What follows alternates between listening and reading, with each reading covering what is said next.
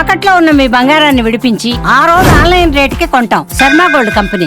నమస్కారం, welcome to Suman TV. నేను గీతాంజలి. శ్రీమాత్రే నమః. ప్రస్తుతం మనతో పాటు ఉన్నారు శ్రీచక్రపీఠం వ్యవస్థాపకులు, ప్రముఖ జ్యోతిష్య పండితులు బ్రహ్మశ్రీ డాక్టర్ ప్రదీప్ జోషి గురువు గారు. వారితో మాట్లాడదాం. గురుగారు నమస్కారం అండి. శ్రీమాత్రే నమః. విజయదశమి శుభాకాంక్షలు మీకు. ప్రేక్షకులకి మీకు కూడా అందరికీ విజయదశమి శుభాకాంక్షలు. చాలా సంతోషం అండి. చాలా చక్కగా నవరాత్రులు జరుపుకున్నారు. మరి విజయదశమి విశిష్టత మాట్లాడదాం. అలాగే ఖచ్చితంగా ఈ రోజున ఆచరించవలసినటువంటి విధి విధానాలు, నియమాలు ఏమైనా ఉన్నాయా, వీటి గురించి వివరించండి. శ్రీ గురుభ్యో నమః. శ్రీమాత్రే నమః. సర్వస్వరూపే సర్వేషి సర్వశక్తి సమన్వితే భయేభ్యస్త్రాహినో దేవి దుర్గే దేవి నమోస్తుతే. శ్రీమాత్రే. విజయదశమి. విజయదశమి అంటే అర్థం ఏంది? విజయము సాధించిన తరువాత చేసుకునేటువంటి ఉత్సవం, దాన్ని విజయదశమి అంటారు. ఇంకోటి దశమి కూడా పూర్ణతిథి. ఇంకొకటి ఏంటంటే ఈ విజయదశమి యొక్క ప్రాధాన్యత ఏంటంటే శ్రవణ నక్షత్రంతో కూడుకొని వస్తుంది. అది వెంకటేశ్వర స్వామి నక్షత్రం, శ్రీ మహావిష్ణు నక్షత్రము, కుబేర నక్షత్రం అంటారు. అందుకే విజయదశమి శ్రవణ నక్షత్రం రోజు ఈసారి గురువారం వస్తుంది. ఇది కూడా చాలా మంచి సంతోషకరమైనది. సో విజయదశమి రోజు ఏం చేయాలి? చాలా మందికి ఈ విషయాలు తెలియవు. చెప్పినట్టుగా సరిగ్గా ఈ విషయాలు పాటించండి. విజయదశమి రోజు ఉదయాన్నే అందరూ కూడా చక్కగా ఈ యొక్క జాస్మిన్ తైలం అని ఒకటి దొరుకుతుంది. జాస్మిన్ తైలం కానీ లేదంటే కొబ్బరి నూనె కానీ చక్కగా తలంటు స్నానం చేసుకోవడము, అభ్యంగన స్నానాలు చక్కగా చేయడము, ఒంటికి దాన్ని ఏమంటారు కదా శనగపిండి అవన్నీ పెట్టుకొని చక్కగా స్నానాలు చేసుకోవాలి. ఈరోజు విశేషంగా స్నానాలు చేయాలి. అంటే ఒంటికి ఉన్న మైలంతా పోవాలి. చక్కగా స్నానాలు చేసుకొని తల స్నానం చేసి తల్లిదండ్రులకు దండం పెట్టుకొని కొత్త బట్టలు వేసుకోవాలి. కొత్త బట్టలు వేసుకొని అమ్మవారికి కూడా అక్కడనే నమస్కారం చేసుకొని ఇంట్లో చక్కగా పిండి వంటలు, ముఖ్యంగా పూర్ణం బొబ్బట్లు ఈరోజు తప్పకుండా తినాల్సింది ఏంటంటే పూర్ణం బొబ్బట్లు. పూర్ణాలు తప్పకుండా తినాలి. తీపి పదార్థం, బెల్లంతో చేసిన పదార్థాలు, తీపి పదార్థాలు తప్పకుండా తినాలి. ఇంకా ఆయా వాళ్ళ ఆచారాల ప్రకారం వాళ్ళు ఏం తింటారో అది వాళ్ళ ఇష్టం. సో అమ్మవారి దీక్ష తీసుకున్న వాళ్ళు మాత్రం నాన్ వెజ్ తినకూడదు, మిగతా వాళ్ళు మీ ఇష్టం అది. కాబట్టి ఇది చేసుకున్న తర్వాత మెయిన్గా దసరా రోజు చేయవలసింది ఏంటంటే, దసరా రోజు మనం ఒక విషయం తెలుసుకోవాలి. దసరా రోజు మనకి విజయం రావాలి అని అంటే దసరాలో కావాల్సింది ఏంటంటే శమీ వృక్ష పూజ చేయాలి. శమీ వృక్ష పూజ ఎందుకోసం అంటే పాండవులకి కూడా శమీ వృక్షమే వాళ్ళకి ఆసరా ఇచ్చింది. వాళ్ళ ఆయుధాలని తన దగ్గర దాచిపెట్టుకొని శమీ వృక్షము ఆ ఆయుధాలని తిరిగి ప్రసాదించింది, శక్తివంతంగా ప్రసాదించింది. శమీ వృక్షానికి మహాద్భుతమైన శక్తి ఉంటుంది. అన్ని వృక్షాలలో శమీ వృక్షము చాలా శ్రేష్టమైంది, అగ్రగణ్యమైనటువంటిది. శత్రు సంహారం కోసము శమీ వృక్షము నుంచి కింద పడిపోయినటువంటి సమిధలతోటి యాగం చేస్తే గనక శత్రు సంహారం పక్కా జరుగుతుంది, శత్రువులు నశిస్తారు. అలాగే రోగబాధ పీడాలన్నా, రుణపీడ పోవాలి అన్నా శమీ వృక్షం మించిన గొప్పది ఇంకోటి లేదు. అయితే దసరా రోజు చేయవలసింది ఏంటంటే సీమోల్లంఘనం అంటారు. సీమోల్లంఘనం అంటే మనం మన ఊరి పొలిమేరని తప్పకుండా దాటాలి. చాలా మందికి అది తెలియదు, దాటరు, ఇంట్లోనే ఉంటారు. మన ఊరు మన ఇల్లే, మన అపార్ట్మెంట్ దాటి బయటకు వచ్చేస్తే చాలు, అదే మనకి సీమోల్లంఘనం అనుకుంటారు. ఎందుకోసం అంటే గ్రామదేవత ప్రధానంగా ఉండేటువంటిదే దసరా. దసరా రోజు సీమోల్లంఘనం చేయాలి. ఊరు బయటకు వెళ్ళి మన గ్రామదేవతకు కానీ మన ఊరు అవతల ఉండేటువంటి యొక్క దేవీ దేవతల దగ్గరికి వెళ్ళి అక్కడ గుడికి వెళ్ళి అక్కడ శమీ వృక్షము నుంచి కొంచెం తెంపుకోవాలి. ఇది జమ్మి చెట్టు నుంచి కొంచెం తెంపుకొని అది అమ్మవారి దగ్గర నివేదన చేసి మన జేబులో పెట్టుకొని మన మిత్రులకు అందరు కూడా దాన్ని బంగారం అంటారు. తెలంగాణ సంప్రదాయ ప్రకారం బంగారం అంటారు. అందరికీ బంగారం ఇచ్చి అలై బలై చేసుకోవాలి అని అంటారు. సో అందుకే శమీ వృక్ష పూజ చాలా ప్రధానమైనటువంటి దసరా రోజు.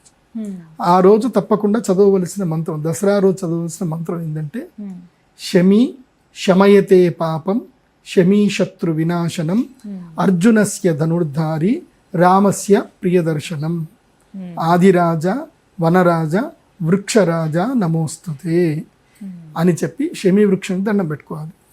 వీలైతే శమీ వృక్షానికి ప్రదక్షిణ కూడా చేసుకోవాలి. ఎక్కడైతే శమీ వృక్షము లేదో దాని కొమ్మైనా సరే తెచ్చి ఆ గుడి దగ్గర అక్కడ పెట్టుకొని కొమ్మకైనా పూజ చేసుకోవాలి. అంతకైనా తప్పకుండా చేయాలి.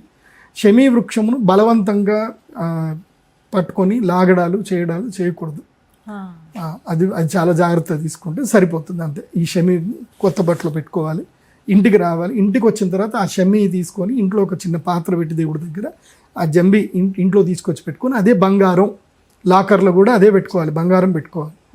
ఎందుకు ఈ షమి వృక్షం తెచ్చుకోవాలి అని అంటారంట, అర్థం ఏంటంటే సాక్షాత్తు బ్రహ్మదేవుడు కూడా ఈ రోజు తాను భోజనం చేయడానికి ఒక షమీ పత్రమును తెచ్చుకొని తన విస్తారాకును కుట్టుకుంటాడట బ్రహ్మదేవుడు.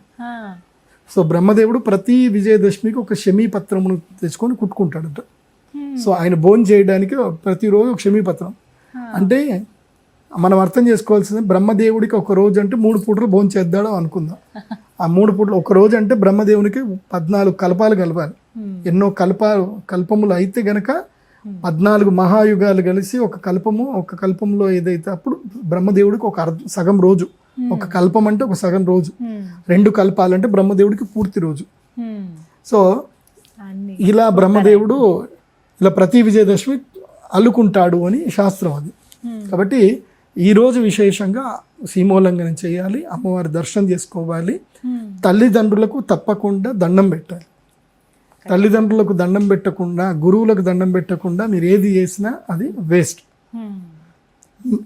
మీ నాన్నగారు మీకు ఆస్తి ఇవ్వకపోయినా పర్వాలేదు, మీ అమ్మగారు మీకు ఆస్తి ఇవ్వకపోయినా పర్లేదు, కానీ ఈ విజయదశమి రోజు, పండుగ రోజు మాత్రం తప్పకుండా తల్లిదండ్రులకు కొత్త బట్టలు ఇవ్వాలి, దండం పెట్టాలి. వాళ్ళు మీకు ఏం చేయకున్నా పర్లేదు, వాళ్ళు మీకు జన్మనిచ్చారు, అంతకుమించి ఇంకేం లేదు అనుకోనైనా దండం పెట్టుకోవాలి. ఇదొకటి చాలా ప్రధానమైనటువంటి. ఇంకొకటి ఏంటంటే ముహూర్తాలు. విజయదశమి ముహూర్తం పెట్టుకుంటారు చాలామంది. అంటే వాళ్ళ వ్యాపారంలో మళ్ళీ ఏదైతే కొత్తగా కొనుక్కోవడము చేయడము ముహూర్తం పెట్టుకుంటారు. చేయొచ్చు. విజయదశమి రోజున ఈసారి గురువారం వచ్చింది కాబట్టి ముహూర్తం ఈ రోజే ఉంది. చాలా మందికి శ్రవణ నక్షత్రం నెక్స్ట్ డే వస్తుంది కాబట్టి నెక్స్ట్ డే కూడా పెట్టుకుంటారు. ఈసారి శ్రవణ నక్షత్రం గురువారం రోజు వచ్చింది కాబట్టి విజయదశమి రోజు ముహూర్తాలు ఉంటాయి. సో హోరాచక్రం చూసుకొని ముహూర్తం పెట్టుకోవాలి.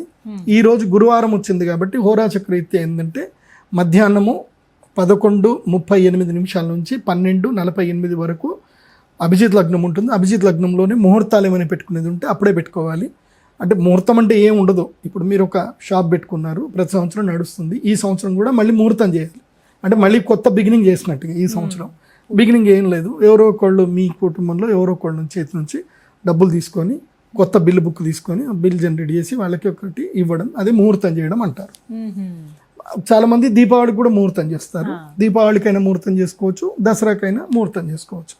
సో అలా ముహూర్తాలు చేసుకోవాల్సింది ఉంటుంది. ఇంకోటి ఏంటంటే ప్రధానంగా వాహన పూజ. ఈ విజయదశమి కన్నా ముందే చాలా మంది నవమి రోజు మాత్రమే చాలా మంది వాహన పూజ చేసుకుంటారు, యంత్ర పూజ చేస్తారు. నవమి రోజు చేయలేకపోతే విజయదశమి రోజు అయినా సరే యంత్ర పూజ. ఇప్పుడు మీది ఏదైనా ఇండస్ట్రీ ఉంది, ఏ ఇండస్ట్రీ మీద మీరు డిపెండ్ అయి ఉన్నారు. ఇప్పుడు ఉదాహరణకు మన కెమెరామెన్లు ఉన్నారు, కెమెరాలకు కూడా కుంకుమ పెట్టుకోవాలి, ఇంత గంధం కుంకుమ పెట్టుకొని కెమెరాలకు కూడా దిష్టి తీసి గుమ్మడికాయ కొట్టేయాలి.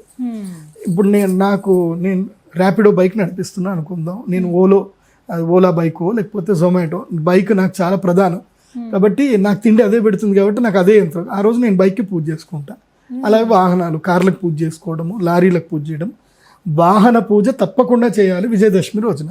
విజయదశమి లేదా నవమి వాహన పూజ చేసి గుమ్మడికాయ తీసి కొట్టాలి. ఎందుకోసమంటే మనం ప్రతిరోజు మన వాహనాల మీద తిరుగుతూ ఉంటాము, వాహన గండాలు ఉంటాయి. ఆ వాహన గండాలు పోవాలి అన్నా ఈ యొక్క వాహనాలకి గుమ్మడికాయతోటి తీసి బలి ఇచ్చేసాం అనుకోండి, తృప్తి చెందుతాయి అంటారు. ఏవైనా సరే కొన్ని పీడలు తిరుగుతూ ఉంటాయి, చీడపీడలు తిరుగుతూ ఉంటాయి. అది గుమ్మడికాయ కూష్మాండ బలిస్తే చీడపీడలు శాంతిస్తాయని చెప్పి, ఏవి మనకి కీడు జరగకుండా ఉంటుంది అని చెప్పి. కాబట్టి ఈరోజు వాహన పూజ కూడా తప్పకుండా చేసుకోవాలి. వాహనానికి చక్కగా ఓం పెట్టుకోవడము, స్వస్తికి పెట్టుకోవడము చేసుకోవాలి. నిమ్మకాయలు దొక్కించడము, జీడి గింజలు కట్టుకుంటారు. ఇవన్నీ తప్పకుండా విజయదశమి రోజు చేయాలి. అంటే your giving respect to your employment. మీకు దేనివల్ల అయితే మీరు ఎంప్లాయ్మెంట్ పొందుతున్నారో, ఉపాధి పొందుతున్నారో వాటికి రెస్పెక్ట్ ఇవ్వడం. అందుకే ఈనాడు లాంటి పెద్ద పెద్ద పత్రికలు కూడా విజయదశమి రోజు సెలవు అని ప్రకటిస్తారు. ఆ రోజు వాళ్ళందరూ యంత్రాలకు పూజ చేస్తారు. సో ముందు రోజే నవమి రోజే చెప్తారు, రేపు పత్రిక రాదు పునర్దర్శనం అని మళ్ళీ వేస్తారు, దాని పైన వేస్తారు. నేను చిన్నప్పుడు అడిగాను, నాన్న న్యూస్ చాలా ఇంపార్టెంట్ కదంటే, ఎస్ విజయదశమి రోజు you should give a rest to your employees. నీ ఎంప్లాయీస్ కూడా నువ్వు రెస్ట్ ఇవ్వాల్సిందే. నువ్వు ఏవైనా యంత్రాలు వాడుతున్నా వాటికి రెస్ట్ ఇవ్వాల్సిందే. మేమైతే మాకు తప్పకుండా హాస్పిటల్స్ పిలుస్తారు. ఏవైతే రక్తము తీసి చేసేటివి ఉంటాయో ముఖ్యంగా పనిముట్లు, యంత్రాలు, వాటికి తప్పకుండా కుంకుమ నీళ్లు చల్లాలి. తర్వాత నిమ్మకాయ కోయాలి, నిమ్మకాయ కోసి నిమ్మకాయ కుంకుమ పెట్టి వాటికి బలి చూపియాలి తప్పకుండా, లేకపోతే అవి రక్తాన్ని కాంక్షిస్తాయని అంటారనమాట. అందుకే హాస్పిటల్స్ కూడా సర్జరీస్ ఉండవు. ఈ రోజు ఒక్కరోజు హాస్పిటల్స్ కి మా అయ్యగారులందరినీ అలో చేస్తారనమాట, పంతులు గారిని పిలుస్తారనమాట. నేనైతే పెద్ద పెద్ద హాస్పిటల్స్కి వెళ్తాను, ఈ ఒక్కరోజు పిలుస్తారు మమ్మల్ని, మీరు రండి గురుగారు, మీరు వచ్చి మాకు ఆయుధ పూజ చేసి ఇవ్వాలంటారు. ఆయుధ పూజ తప్పకుండా చేయాలి. అంటే దానివల్ల నెగిటివ్ రాకుండా ఉండడానికి ఆయుధ పూజ చేయాలి. హాస్పిటల్స్, సర్జరీస్ చేసేటువంటి డాక్టర్లు సో ఆయుధ పూజ చేయాలి. అట్లాగే మొగుళ్ళతో గొడవలు పెట్టుకునేటువంటి వాళ్ళు కూడా మీ నాలుక కూడా కుంకుమ పెట్టుకోండి. సో అది కూడా పెద్ద ఆయుధం కాబట్టి ఆడవాళ్ళకి అదే పెద్ద ఆయుధం. వంటగదిలో చేయమంటారు, వంటగదిలో రొట్టెలు చేసేదానికి సో స్పూన్లు వాటికి కూడా చేయాల్సింది ఉంటుంది. ఇట్లా ఆయుధ పూజ మరి ముఖ్యం. ఆయుధ పూజ తప్పకుండా చేసుకోవాలి. పిల్లలైతే కనుక తమ పెన్నుల కంకణాలు కట్టుకోవాలి, పుస్తకంలో ఓం రాసుకోవాలి. సో ఇవన్నీ చేసుకోవాలి. ప్రతి ఒక్కళ్ళు తాము దేని వల్ల జీవనోపాధి పొందుతున్నారో వాటికి పూజ చేసుకోవాలి. అది మన సనాతనం సాంప్రదాయం. కుట్టు మిషన్లు చేసేవాళ్ళు వాళ్ళు పూజలు చేసుకుంటారు. ప్రతి ఒక్కళ్ళు, ఈవెన్ హెయిర్ డ్రెస్సెస్ మంగళ షాప్ వాళ్ళు కూడా వాళ్ళ కత్తులకు కూడా పూజ చేసుకుంటారు. అందరూ ప్రతి ఒక్కరు పూజ చేస్తారు. ఎంతో విశేషమైన రోజు.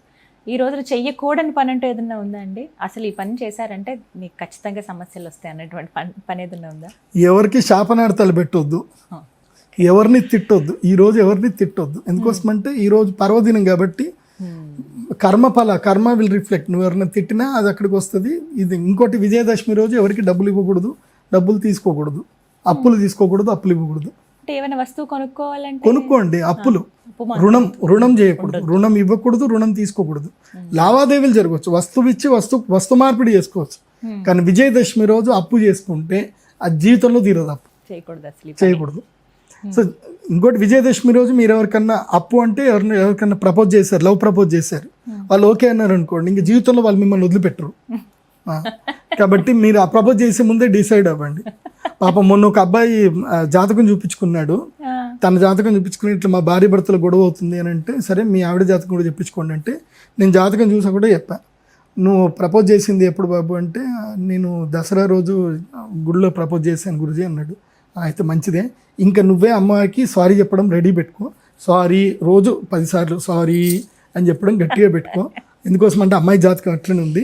ఇంకోటి, నేను జాతకం చూసి చెప్పాను అనమాట, నువ్వే వంట చేయాలి, అమ్మాయి అయితే వంట చేయదు. ఆ అమ్మాయికి ఏంటంటే ఆమెకి నాలుక చాలా భయంకరంగా ఉంటుంది, ఆమెకు మంచి తెలివితేటలు ఉంటాయి. సో ఆమె ఇంట్లో పని అయితే చెయ్యదు. నువ్వు ఎంత ముచ్చట పెట్టమన్నా ముచ్చట పెడుతుంది ఆ అమ్మాయి. బిజినెస్ ఎంత చేయమన్నా బిజినెస్ చేస్తుంది, కానీ ఆమె ఇంటి పని మాత్రం చేయదు. అంటే ఎస్ గురువు గారు, నేనే వంట చేస్తాను. ఆమె వారానికి ఒకసారి వంట చేస్తుంది, డైలీ నేనే వంట చేస్తాను. సో ఎక్కడ ఉంటున్నా అంటే అమెరికాలో ఉంటుంది కదా, అమెరికాలో పని మనుషులు దొరకరు కాబట్టి పాప మా అబ్బాయే పని చేసుకుంటాడు అనమాట. సో అట్లాంటి అలా కావాలనుకుంటే ఎవరైనా అమ్మాయిలు మీ హస్బెండ్ మీకు చెప్పినట్టు వినాలి, అసలు వదిలిపెట్టద్దు అనుకుంటే మీరు ఆ రోజు ప్రపోజ్ చేయండి. ఫిక్స్ అయిపోవాలి మైండ్ లో అంతే. సో దసరా రోజు ప్రపోజ్ చేస్తే లైఫ్ టైం ఉండిపోతుంది అనమాట. అందుకే దసరా రోజు మేము పెళ్లి ముహూర్తాలు పెట్టాం ఎక్కువ. మామూలుగా ఉండవు కదండి పెళ్లి ముహూర్తాలు ఉండవు, నవరాత్రుల్లో పెళ్లిళ్ళు పనికిరావు. చేసుకోరు. మొత్తం మీద ఇలా జరుపుకోండి అని చెప్పి ఫైనల్ టచ్ బాగా చేస్తారు. చాలా సంతోషం. ధన్యవాదాలు గురువు. శ్రీమాత్రే.